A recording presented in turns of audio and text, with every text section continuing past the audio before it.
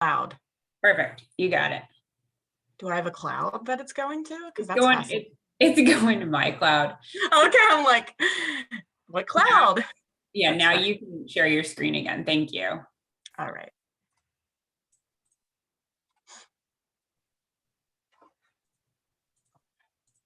All right, we're gonna wait a couple more minutes just to make sure we haven't, everybody has a chance to get on.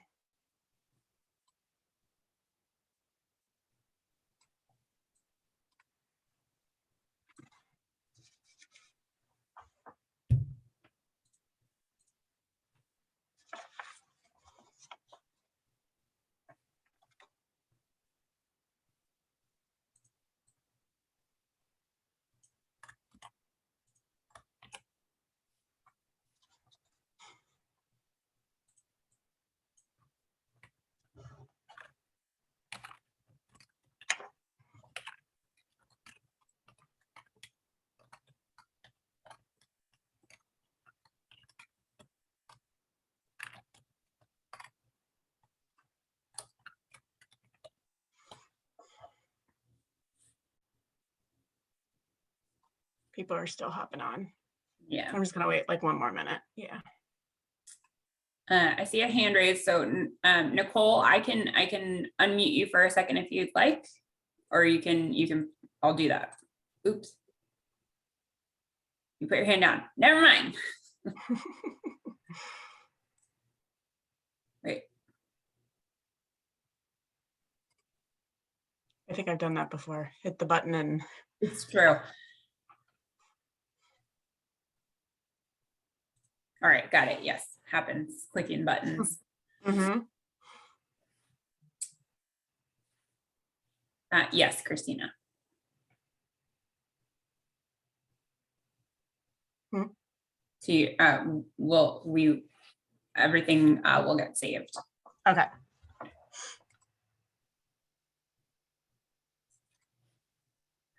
All right. Oh, people are still jumping on. But I will get started here in a minute. Just so everyone on the call knows, we are recording this. So unless you don't feel comfortable being recorded, we just want to make sure that you know that.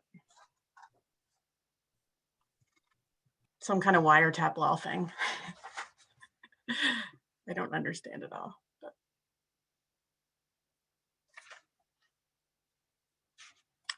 All right. Okay, let's get started, everyone. Good morning. Thank you for taking the time to participate in our webinar today. I just want to mention, like I just said, that the webinar is being recorded and we will be placing this webinar on PCCD's website for anybody that may miss some or for folks that weren't able to attend today. The purpose of this webinar is to discuss the current solicitation we have open for projects Safe and Smart. My name is Christina Cosgrove-Rooks. I work in the Office of Research, Child Advocacy, and School Safety at the Pennsylvania Commission on Crime and Delinquency, or PCCD. My co-presenter today is Dr. Kate Guastafaro. She's an assistant research professor in the Department of Human Development and Family Studies, and she's also faculty in the Center for Healthy Children that is directed by Dr. Jenny Knoll. She's also known to me as Kate from Penn State. So you'll hear me say that a few times. Oh, there we go. If you have any questions today during our presentation, you can feel free to put them in the chat box. We will be monitoring that. We will also have time at the end to answer any live questions that you may have. If you experience any technical issues during the webinar, please let us know because we might not be aware of those. And just because of the competitive nature of these funds, any questions and answers provided during the webinar are going to be listed on PCCD's question and answer page that we have set up, just so that all participants and all applicants have access to those questions and answers. There also may be questions today that we may not be able to answer. And I would let you know that that's not something that we can answer, or it might be something that we need to look into and we would get back with you on that answer. And here's a email address up here on the screen. If you would prefer to email the questions, feel free to send them to this email, and we do post them on the website, but we also respond to you through your email as soon as we get an approved answer. All right, so let's just dive into things. This funding solicitation is being released under PCCD's Children's Advocacy Center Advisory Committee, or CACAC, as we affectionately call it. And just some background information. In 2015, the PCCD directed the CACAC to distribute and oversee Act 1 of 2013, otherwise known as the Endowment Act. This funding was created as a result of the fine placed on Penn State by the NCAA. The Act dictates through 7 different categories what funding can support. This solicitation is being opened under category 1A, which is prevention of child sexual abuse. Previously under this prevention category, PCCD, in collaboration with the Child Maltreatment Solutions Network, which Kate is a part of, supported a 4-year prevention pilot project that is wrapping up at the end of this month. This project included a school-based, community-based, and parent-focused program. As a result of the success of that program, which you will hear about in a few minutes, the CACAC recommended supporting a new pilot project that incorporates both a school-based and standalone parent education program. So our new project is once again a collaboration between PCCD and CMSN, or Child Maltreatment Solutions Network. And this project that under the solicitation is going to be a 2-year project. In both years 1 and 2, the evidence-based school program, Safe Touches, will be implemented with 2nd grade students. In year 2, Smart Parents will be implemented as a universal parent education program. The solicitation is a little different from other announcements that we've put out in the past, which is why we're releasing it through SurveyMonkey, or a survey format. The implementation of the project is really more prescribed by PCCD and Penn State, which means that the programs implemented cannot be changed and funding cannot be used to support activities or items not related to specifically implementing the project. Technical assistance and training and implementation are more collaborative in nature as well. The budget development, which I know is new for a lot of folks, is actually going to be based on the number of children and adults to be served. So the SurveyMonkey request that we have open right now is just an initial step in the process. If your organization is selected, you will then work with us one-on-one on developing a budget and submitting the final application in eGrants, which will then be reviewed by our CACAC members, and a recommendation will move forward in May of 2022. Eligibility for these funds is pretty broad and includes community-based organizations and also school entities. All right, so now let me just talk a little bit more of the implementations of the programs and the expectations that we have during the project. Safe Touches, which is our school-based component, will be implemented within the 2022 to 23 and 23-24 school years. Because this is a research-controlled project, we expect an organization to serve a minimum of 2,000 2nd grade students over the two-year period. If this number cannot be met, an applicant can discuss in their application how they will reach 100% of all 2nd grade classrooms within their defined geographical area. The more 2nd grade students served, however, the stronger your application will be. Based on experience with the program, because we have been implementing it over the last 4 years, facilitators have been implementing both in person and virtually. And this is going to be also expected during the 2-year project. 2 facilitators are required, and the salary and benefits of these facilitators would be covered within the grant budget. The success of this component is based on the commitment of school entities and their understanding of what is required of them. Therefore, PCCD and Penn State have developed a school entity letter template that we are requiring all applicants to use with each school entity so that the school knows upfront what the expectations are for implementation. Preference during the review process will be given to those organizations that have these letters attached and/or emailed to us. An evaluation of the program with the second graders will also be required. And although this data will not be used for research purposes, it will be solely used by PCCD to gauge program and implementation success. This data is also helpful to communicate with schools about the program and assist with sustainability of this component. So the parent education program, which is standalone, Smart Parents, will be implemented in year 2. This program teaches caregivers 18 years and older about healthy sexual development and safety. The program is delivered in a group setting and will be conducted both in person and virtually. This pilot will require implementation of the program to a minimum of 200 caregivers. A research component in collaboration with Penn State will also be required. Preference during the initial request review process will be given to applicants that serve more than the minimum number of both students and parents.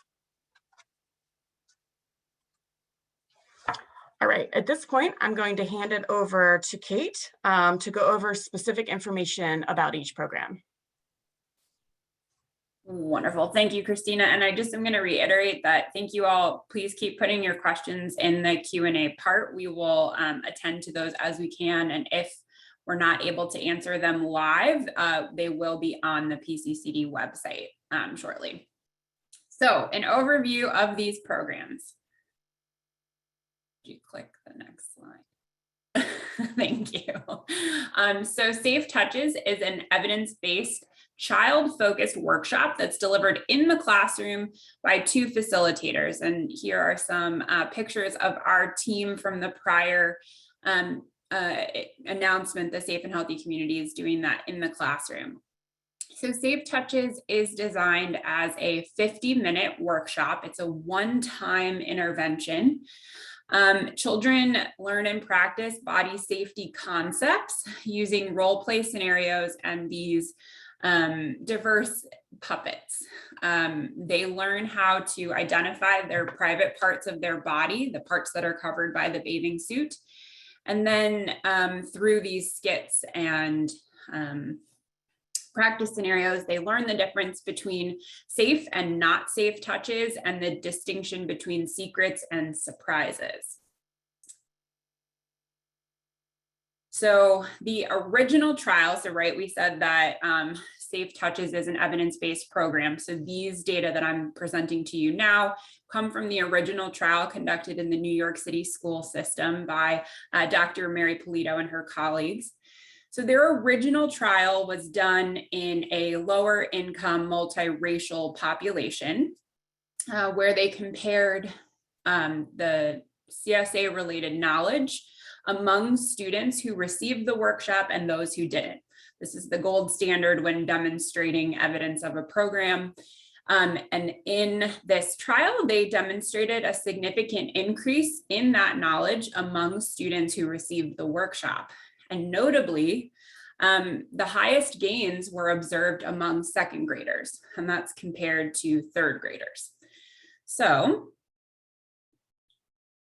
in the Safe and Healthy Communities Initiative, we integrated Safe Touches, focusing specifically on those second graders. It's where we saw the greatest gains from the original trial, and it's the point that we're able to make best use of our resources. So in the Safe and Healthy Communities Initiative, the Safe Touches workshop was delivered to 92% of all public school districts in the 5 counties that were involved in this initiative. What that really means is that over the course of just about 2 academic years, we served more than 14,000 second graders, which, you know, if I can say, is the largest school-based sexual abuse prevention research and reach that we've seen, which I'm very proud of. In addition to them receiving the workshop, we, during the course of the workshop alone, received 29 unique disclosures of abuse to the facilitators of our program. And this link to a disclosure following this program is really important in terms of prevention and allocating services, but I'm likely talking to the right crowd who understands that anyway. We also have conducted research with these second grade students, and specifically during the 2018 to 2019 school year, we had just shy of 4,000 students who had parent permission to participate in research, and they also agreed to participate themselves. We saw a significant increase in their child sexual abuse related knowledge immediately following the workshop. As we expected, this replicates the original trial in the New York City school system. But what we added is that these gains in knowledge were maintained 6 months and 12 months post-workshop. And that's among some of the longest follow-up for a school-based prevention program. Next slide.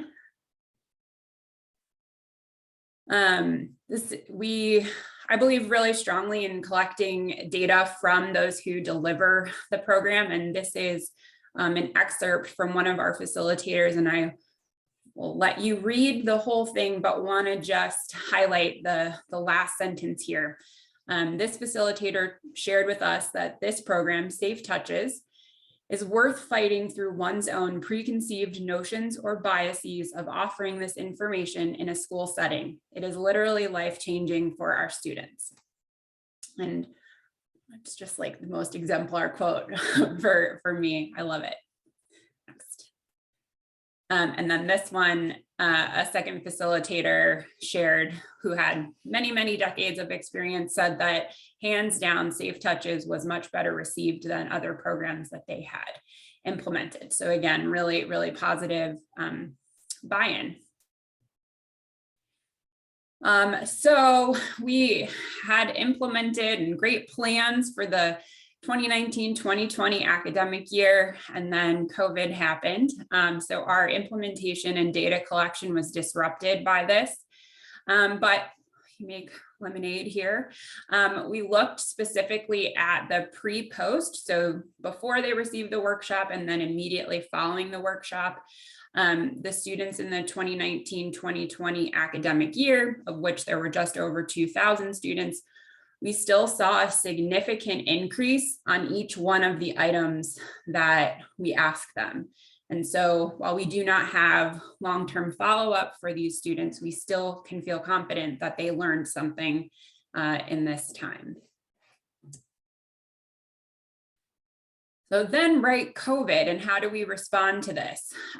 We heard loud and clear from schools and our facilitators and parents that there was an interest in continuing to provide Safe Touches, but there was, and there continues to be, no real evidence behind virtual implementation of these programs. And so in collaboration with the developers of Safe Touches, and our partners in the Safe and Healthy Communities Initiative, we pilot tested a virtual version of the workshop.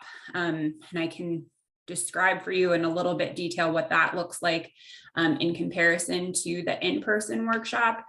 Of course, given that we are not in person, the puppets, the skits that they do, they're pre-recorded. So this just means that you're not having to manipulate the puppets during that session, but it still has the full content and scope of the in-person session.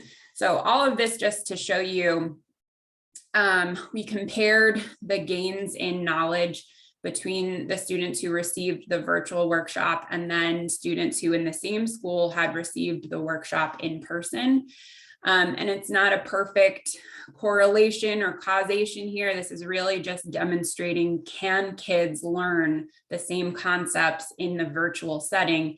And the answer here that I agree, the developers of the program agree, PCCD agrees, there's really good promise that this format works just as well as the in-person.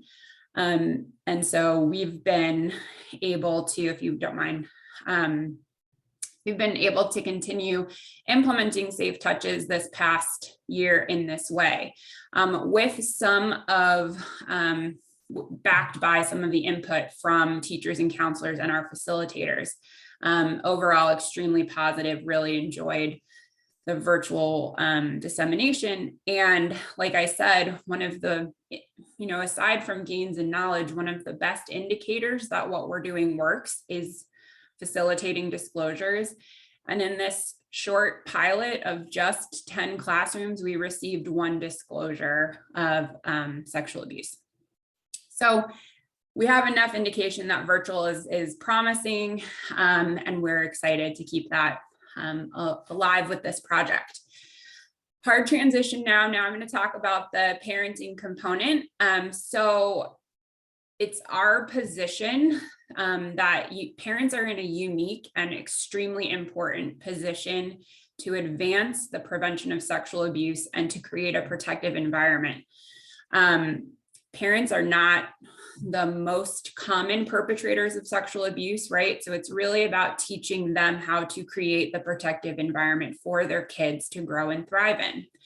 And they're an often overlooked player in the prevention of sexual abuse for that reason, because they are not the primary perpetrator.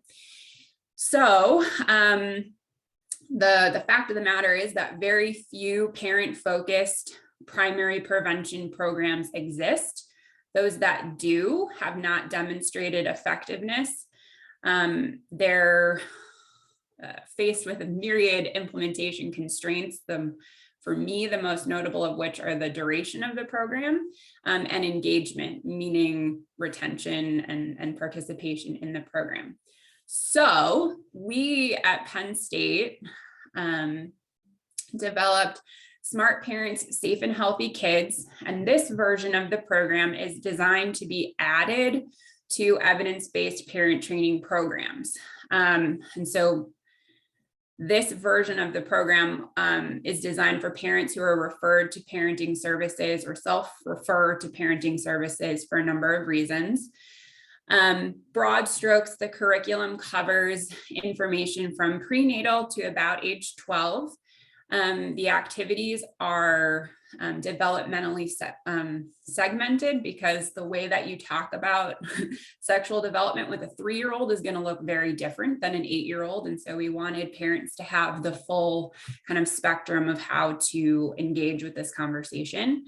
And we provide that developmentally comprehensive material to every parent so that they can return back to it. So we conducted a randomized controlled trial, like I said, the gold standard for demonstrating effectiveness with Smart Parents, Safe and Healthy Kids. What these figures show in the dark line, that the parents who received the added module had significantly higher knowledge about sexual abuse and related knowledge about sexual abuse, and then also a significantly higher intention to use protective behaviors. So this demonstrates the promising effectiveness of the Smart Parents, Safe and Healthy Kids module. But again, COVID happened, and so we worked hard and as quickly as we could to adapt the curriculum for delivery via Zoom. I had gone into this anticipating making a lot of changes to the way in which the program was implemented, but with the feedback of the most amazing providers, they didn't think that that was necessary. Shocking to me. So we tried it and we delivered it just the way that they said that they would.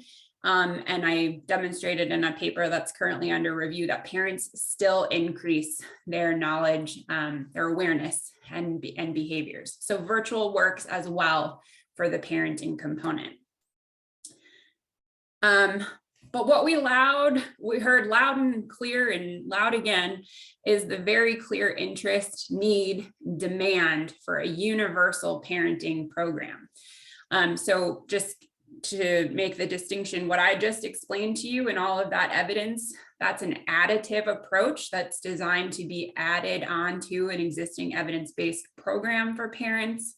What we're talking about here in the next iteration of the Smart Parents program is a universal standalone version of this program. And so currently, today, this week, we have support from the Social Science Research Institute at Penn State to adapt the existing curriculum for universal delivery. And the intention is to deliver it in a group-based setting. We are pilot testing and trying out a bunch of different ways to make that adaptation currently. So that's why there is a delay in the implementation of Smart Parents for this project. The intention and the goal is that by the time you implement this in the second year of this project, we will have the evidence base for the program. So that's why there's that little gap. What excites me about this next version of Smart Parents is that it is designed to leverage other implementation infrastructures. So it's very intentional that this is paired with the school-based version, right? Every kid has a parent figure, a caregiver that could benefit from this information. And so we're leveraging that infrastructure as well as community-based prevention efforts. So did I miss anything, Christina? Okay, you're muted. Story of Zoom. Oh my goodness, you would think we'd be used to this by now, right? I tried to answer some of the questions in the chat, Kate. There's some in there for you, and there might have been a couple in the last few minutes. It's hard to multitask. So just now it's time, since you've heard about the programs and the implementation and the amazing research, to be quite honest, that Penn State has, their time and their effort put into the project. And now I'm going to go over a few funding announcement details.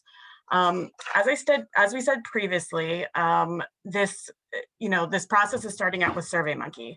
Applying for the project is actually a two-step process, the first submission being in SurveyMonkey. We have placed a link to the survey as well as a Word document of the questions on PCCD's website. We suggest that you answer those questions like in a Word document outside of SurveyMonkey. It's just easier. And then copy and paste your answers into the survey. However, the survey is designed so that you can go back into your survey up until it's actually submitted. The same computer, you just need to utilize the same computer that you used to start the survey.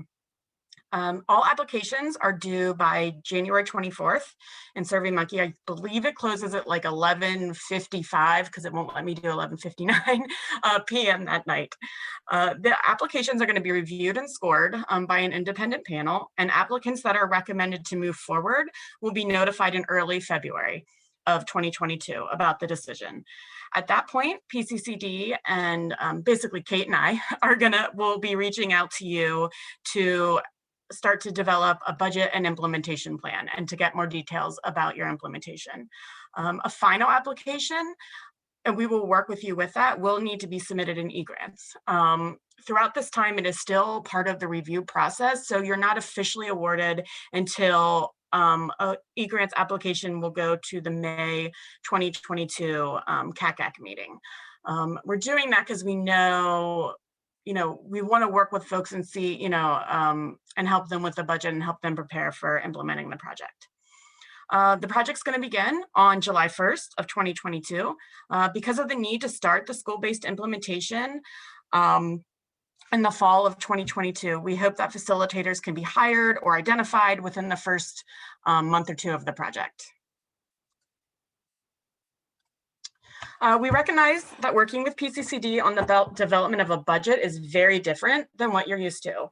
However, given that this is a research project, all of the aspects of the project are prescribed. Also, given the variability of the number of second graders to be served, the budget will need to be customized to each recommended applicant. We can say at least 2 full-time staff. Their salary and benefits will be supported for both years, and all program implementation costs will be covered. 2 full-time staff would be for a minimum of the 2,000 second graders and 200 parents. We will also be including a 5% indirect cost rate for agencies to cover agency expenses such as supervision, rent, additional training that you might need to do with the employee. In addition to the Survey Monkey questions and the school entity letter of support template, there is also a Safe Touches informational document that you can use that's on our website that you can use to communicate with different school entities. That was one question that we had when we first did our pilot 4 years ago, is that the schools wanted some additional information about the program. So that is also on there that you can use to recruit schools. All right, at this time, we will open the floor. Now, Kate, how does this work? Okay, there are several questions that I'm happy to kind of pose live, and then we can answer, or we can say that we need more time. But if anybody does have a question and they'd like to be taken off mute, if you raise your hand, I'm happy to do that.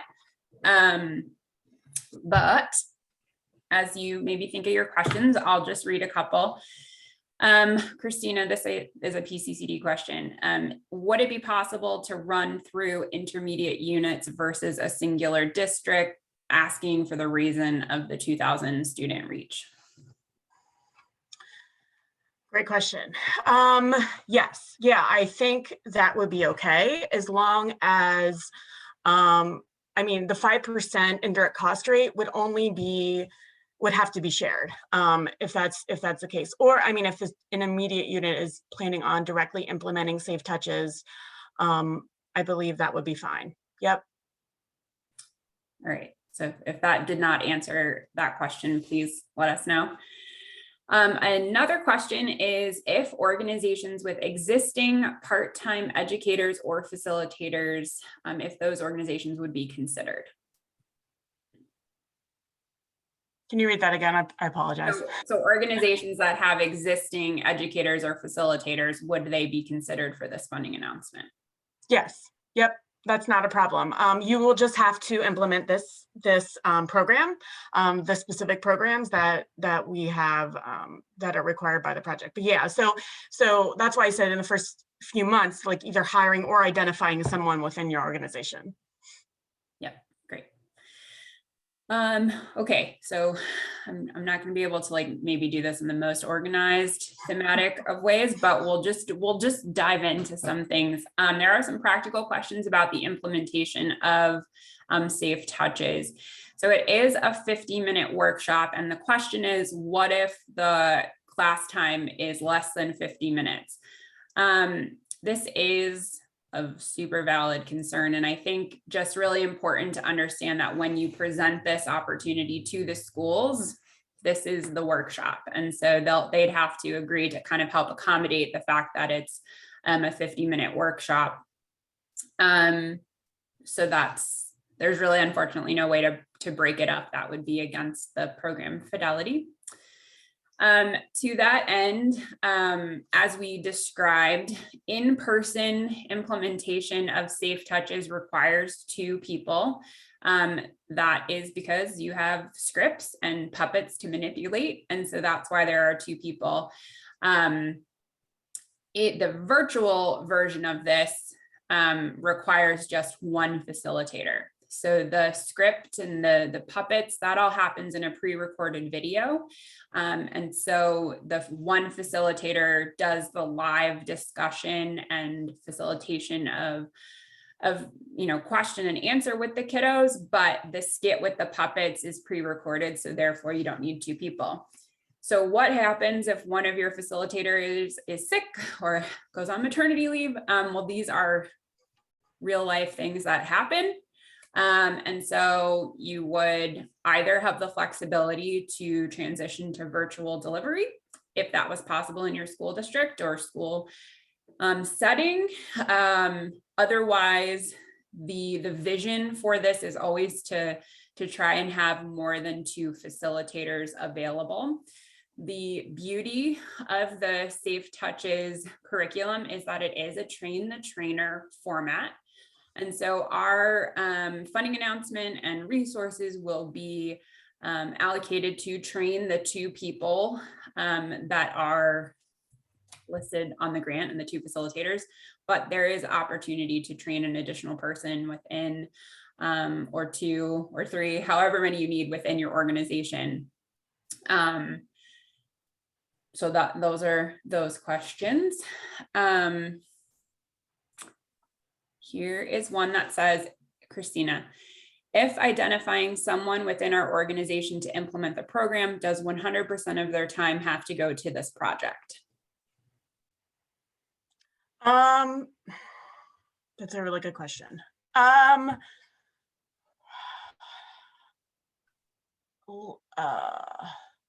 You know what, that's one, let's take that back and think through an answer, and we will get back to you. We will get back to you on that. Kate, do we have the email addresses of the folks that are on here today? Okay, good. Yep. And then we will email you a response. Everybody that registered, we have okay, their, perfect. their email. Perfect. Okay, I'm trying to group so that we stay kind of talking about safe touches right now and then turning to the smart parent stuff. So here's a question.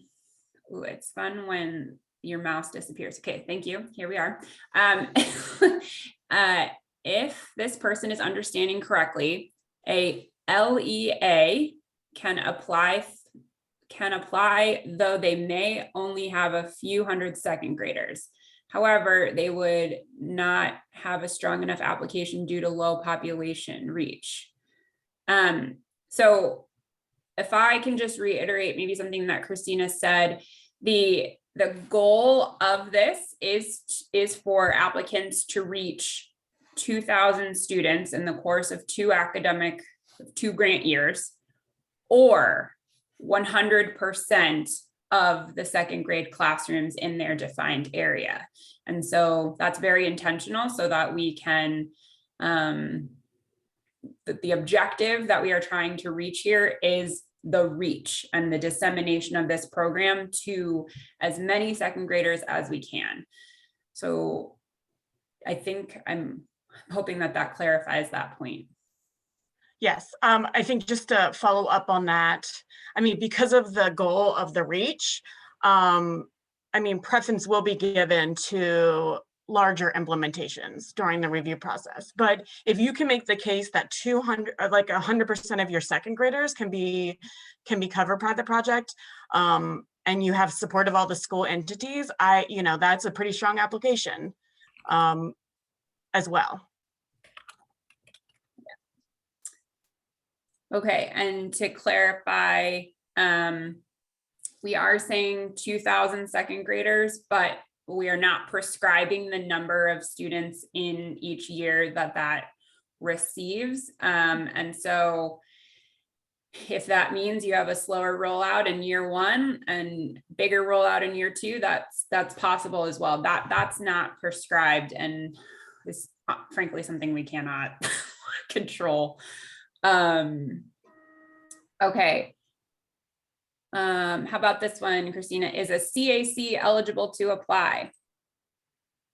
Yes. Yep. Any community-based organization is eligible to apply. Yeah. Okay. And let me just follow up on another question that I saw in regards to that. 2 community-based organizations can apply as partners. There would just have to be you would want to be very specific in your response about the delineation of who's doing what and how what that's gonna look like. Perfect. Just to reiterate, the sample or template school entity letter is available on the PCCD website now for you to use. And the easiest way to get there, I will say this, go to our website, which is right here at pccd.pa.gov. And we actually have a green banner that says Project Safe and Smart. Just click on that because our website's a mess. So, yeah. Okay.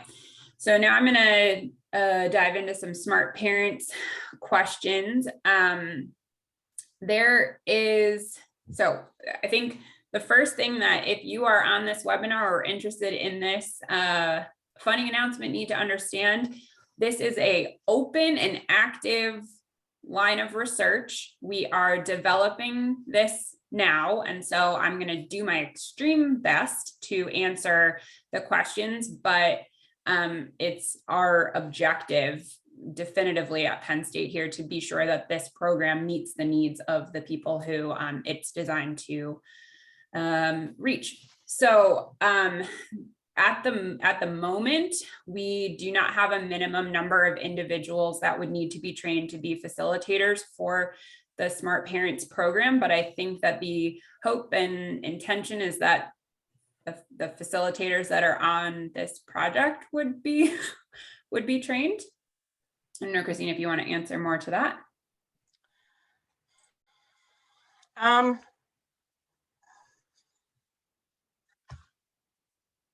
Okay. I'm good. Sorry, I'm like, No, that's fine. So I should mention that both, well, the Smart Parents materials that we have previously developed are available in Spanish, and it's our goal to make that also available for this standalone version. That takes time, of course, and so that will be something that we work toward, but I can't say for certain what date that translation would be done, but that is my goal. And I think if it's a priority for you as an applicant, please make that very clear in your application so that I have a little bit backing to push that, if that's clear enough.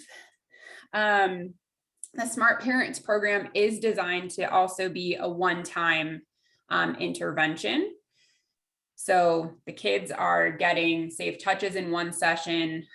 Parents are going to get the Smart Parent session in one session.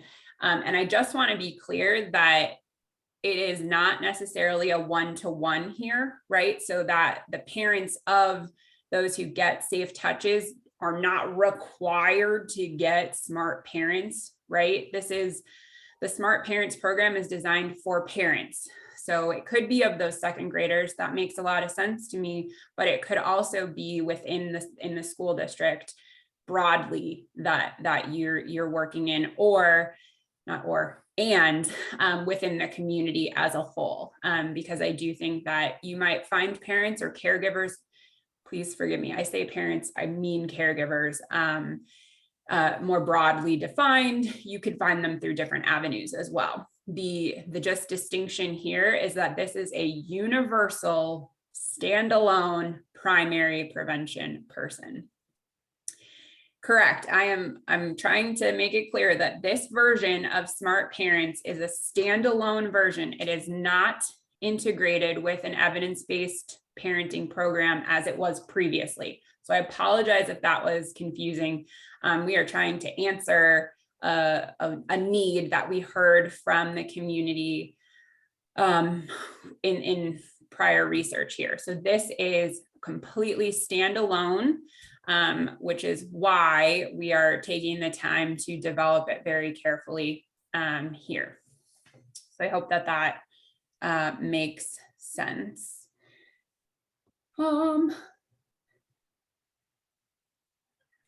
Okay, I think, sorry, it's very difficult to read and talk at the same time. Agreed. I apologize. I'm kind of going through too. Here, I'm going through the chat. Let me start it kind of at the beginning. And I'll do some of these, Kate. Well, I've done some questions in the chat. I think the last two questions in the chat, if you could, or one question in the chat would be good. The last question, is that what you said? Yeah. The applicant must apply to do both Safe Touches and Smart Parents, not just one or the other. Correct. It is, you have to do both components. There's no wiggle room for that. There's no flexibility in modifying the project. It's a research project, so it is very prescribed in how it's going to be implemented. Thank you. So there are a couple questions here about the demographics that we are interested in. And we do not have a prescribed demographic that we are interested in reaching in particular. So this is truthfully really trying to create the universal reach of a prevention program.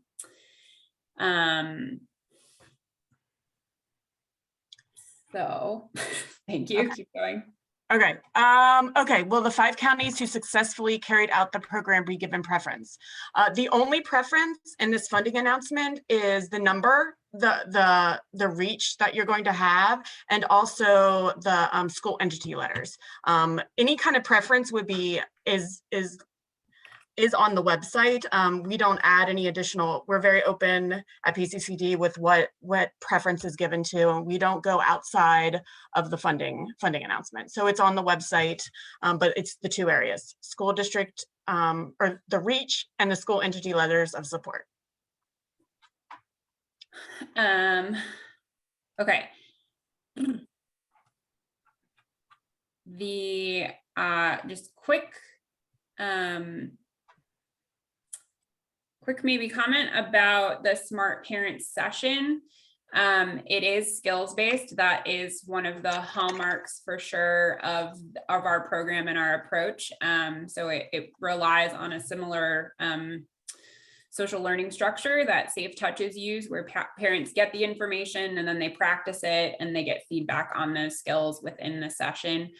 And just kind of to tell you the skills and elements that they learn about healthy child sexual development.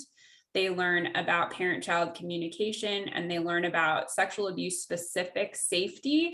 So that would be my favorite activity in that section is questions to ask a babysitter.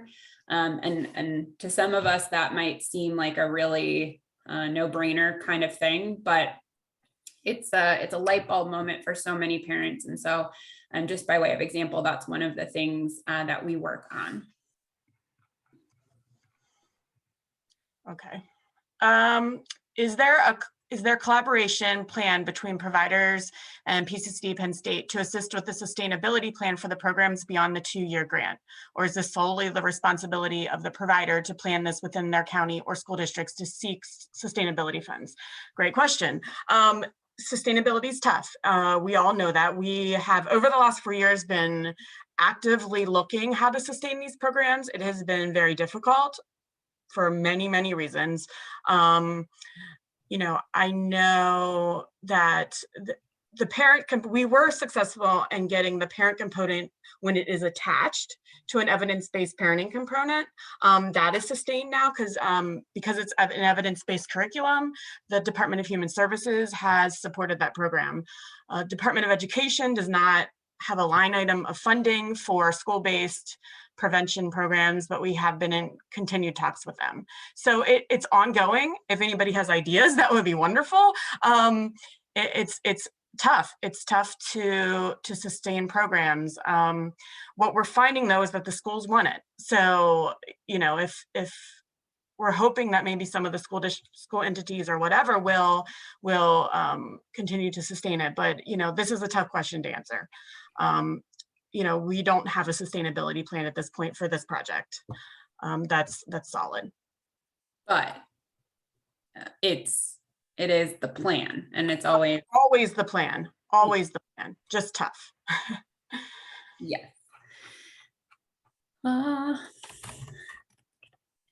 I can do another one, Kate. Okay, how did you decide on the numbers of students to be served, 2,000, and number of parents, 200? Do those numbers eliminate rural areas? I'm not certain how to find out how many second graders are within the 3 districts in my rural northern tier county. Is there a way to discover how many second graders are enrolled in different districts prior to approaching school administrators? Yes. So, well, a couple answers here. The number is really about reach, and it's really about the research. You can, I mean, one of the successful counties that we had was actually a collaboration between Cambria and Somerset County, and they served well over 2,000 kids within 2 years. So when we talk about geographical reach, rural counties, this is not to eliminate rural counties. We want rural counties to come in. We would encourage you to look beyond one school district or one school entity when you're developing the project. But it can happen. I mean, we had, like I said, Somerset and Cambria in this last round of programming. Number of second graders, yes, I believe, so the Department of Education has those statistics. I will find a link and we will put it in the Q&A. Finding that link might take me some time, but I will find a link for you and get that in there. But the Department of Ed does have those numbers. I believe every year at the beginning of the year, they're required to report that. Okay. Yeah, and just to reiterate that the 2000 number was informed by the prior project and the reach that they were able to do within a specific period of time. So 2000 can really seem like a big number, and we get it. That's why we were extremely intentional and planful about also making it 100% of the school second grade classrooms in a given area as well. We want to show big reach for sure. Right. And I will say this, just one more comment. So the Endowment Act itself, Act 1, does talk about geographical distribution. So that's one of the things that we take into consideration when we're, after the independent review is done. So we are going to switch our tactics here a little bit so that I don't feel crazy, Christina doesn't feel crazy. So the wonderful Rebecca is going to help us read questions so we can answer.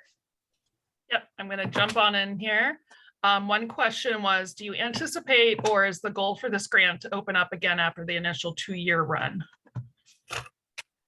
So I'll answer that one. So I don't know. I don't know what it's going to look like in 2 years. We didn't know that we were going to open up this after the 4-year prevention pilot. It was actually initially 3 years, and we added a 4th year to it. So it would be wonderful. I can't speak to what our committee, what their interest is going to be. It would be great. I mean, I never want to stop working with Kate. So so that would be great. But yeah, we can't say definitively. Okay. And the next question, would applicants need a letter of support from local child welfare agencies? The only letters of support that are required are the school district entity letters, and there's some that are suggested, like a PTA letter of support. There's no limit to the type of letters of support that you get, so it's it's kind of up to the applicant there. Okay. And a letter of support, I'm sorry, from the Child Advocacy Center within the county, because what we find is that this program does result in increased disclosures. Okay.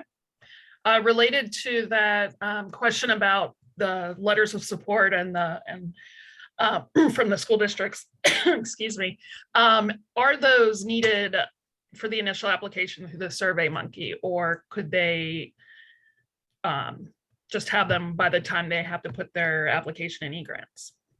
Great question. So the goal is to have as many letters as possible with your initial application, your initial SurveyMonkey application. There is a question in the SurveyMonkey application that says that if you haven't gotten that commitment yet, what will you plan to do? So it gives you an opportunity to outline what your plan is to get those letters. But again, preference is given to those folks that have that commitment. It's very important, and I think I said this in the presentation, I've been at PCCD for 14 years and implementing school-based programming for well over a decade, and not having that school district commitment kind of ruins programs. I mean, we were very successful in being in all these school districts for the pilot project because we were very prescriptive up at the beginning. So because that was so successful, we want to require that again. Because we've seen people come in before without that commitment and their project fell apart. So it's the preference is as much as possible. But if you have a plan and you're able to articulate that plan and where you are in the process, you have the opportunity to do that in the application. Okay, great, thank you. The next question is, if your community organization has several branch facilities, can each facility apply separately, or do we need to apply as one organization? They each serve different school districts. That is a great question. And one I think we need to get back on. Okay. So So we have the names and we have all these. We will email that response. And like I said, we're going to email the responses. We will also post all of these on our Q&A website. There's a lot though, so please give me a day or two to be able to collect all these together and get responses and up on the website. But we will email you individually before we post them on the website, so you don't have to keep going and looking if we put them there yet. I'm gonna just caution us by saying that we're gonna email you individually these answers, because if your email address is not logically linked to your name, we're not gonna be able to know who asked that. You know what I mean? If your email is Mr. Snowman, that I'm not gonna be able to know that that was you. So maybe we can just send an email with everything. Okay, to all the applicants or all the, okay. That works. Yeah, perfect idea. Sorry, I didn't know they weren't linked. Yeah, no, I got to see people's emails when they registered. I want to know who Snowman is now. Just kidding. I mean, that went up. My personal email is 20 years old, so. I know. Okay. The next question is the intent that the data collection and analysis is done by the facilitators? Can we budget for clerical assistance? Okay, I'll maybe answer this one. I just want to be clear that the school-based program evaluation that Christina mentioned is not considered research. So that's very different than the work that I presented previously. This would be designed to help inform your program. And here our approach is going to be informed by the long-standing relationship with the Epicenter at Penn State and PCCD. The applicant would be responsible for collecting the data and entering the data. And then we will have kind of systems in place to help present those data in aggregate. We will not be using those data to create any type of effectiveness or efficacy statements. Now, when we talk about the smart parents research, the beauty of our partnership here is the ability to leverage Penn State and our research infrastructure. So in the past, we have had facilitators help to distribute research opportunities. I think my vision and hope for this round would be to do all of the data collection online. I've had the, let's say, opportunity for the past 2 years to make that happen. And so I feel like it's feasible and attainable. And so again, remember that this is a moving target, but my vision would be that during the Smart Parent session, you present the link or a flyer about the research, and then the parent initiates the research piece of it. Again, that's a little fuzzy of an answer right now because we're in the process of developing that, but all of those research processes would, as much as possible, be covered by Penn State. And if not, it's within the roles and responsibilities of the facilitator. So their effort in doing those things falls within their job. That's the position that's paid for by this grant.